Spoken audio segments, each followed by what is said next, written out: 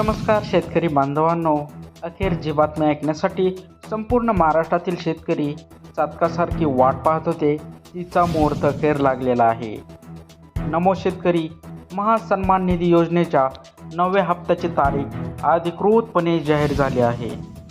पण थांबा, या आनंदाच्या बातमीसोबतच एक धक्कादायक बातमीसुद्धा समोर आली आहे.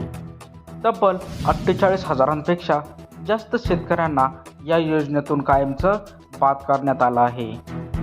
तुमचे नाव या यादीत आहे की नाही, तुम्हाला कधी पैसे भेटणार आहेत, दुसऱ्या चॅनलसारखी फालतू बडबड न करता थेट शासनाचा GR आणि पावसाळी अधिवेशनातील घोषणा काय आहे याची संपूर्ण गणिते आज आपण या व्हिडिओत पाहणार आहोत. व्हिडिओ शेवटपर्यंत पहा आणि एक छोटीशी चूक तुम्हाला 2,000 रुपयांपासून वंचित ठेवू शकते. शेतकरी मित्रांनो, सध्या राज्यामध्ये पावसाळी अधिवेशन सुरू आहे. या अधिवेशनात शेतकऱ्यांच्या विविध प्रश्नांवरून विरोधकांची महायुती सरकारला अक्षरशः धारेवर धरले होते. कर्जमाफी, पीक विमा आणि त्यातच शेतकऱ्यांचा हक्काचा प्रश्न म्हणजे नमो शेतकरी योजनेचा 9वा हप्ता कधी येणार. विरोधकांनी थेट सभागृहात साकारला घेरलं. यावर उत्तर देताना राज्याचे उपमुख्यमंत्री देवेंद्र फडणवीस यांनी थेट मोठी घोषणा केली.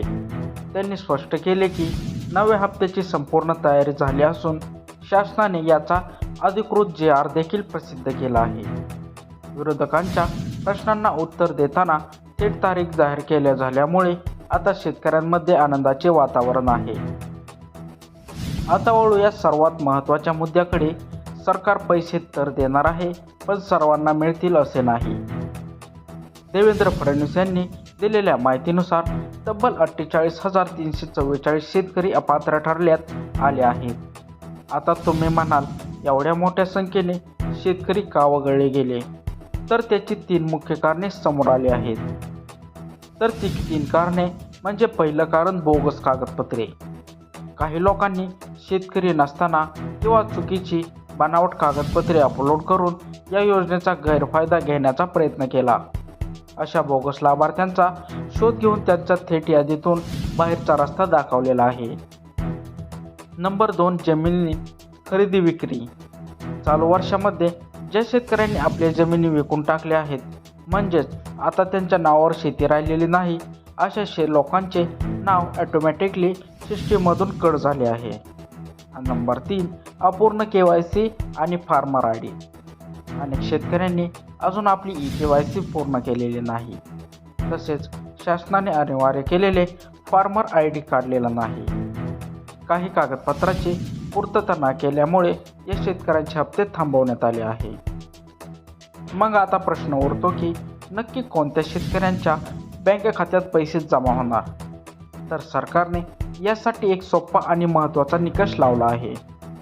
ज्या शेतकरी बांधवांना केंद्र सरकारच्या PM किसान सन्मान निधी योजनेचा 23वा हप्ता यशस्वीरित्या मिळाला, म्हणजेच ज्यांचे बँक खाते आधार कार्डशी लिंक आहे, ज्यांचे लँड सीडिंग यस आहे आणि ज्यांची eKYC पूर्ण आहे, अशा पात्र शेतकऱ्यांना राज्य सरकारच्या नमो शेतकरी योजनेचा 9वा हप्ता दिला जाणार आहे.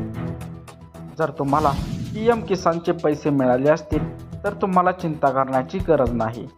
तुमचे 2,000 रुपये सुरक्षित आहेत. चला तर मग आता ती तारीख आणि वेळ जाणून घेऊ. शेतकरी बांधवांनो, तारीख नीट लिहून घ्या किंवा लक्षात ठेवा. 28 जुलै 2026.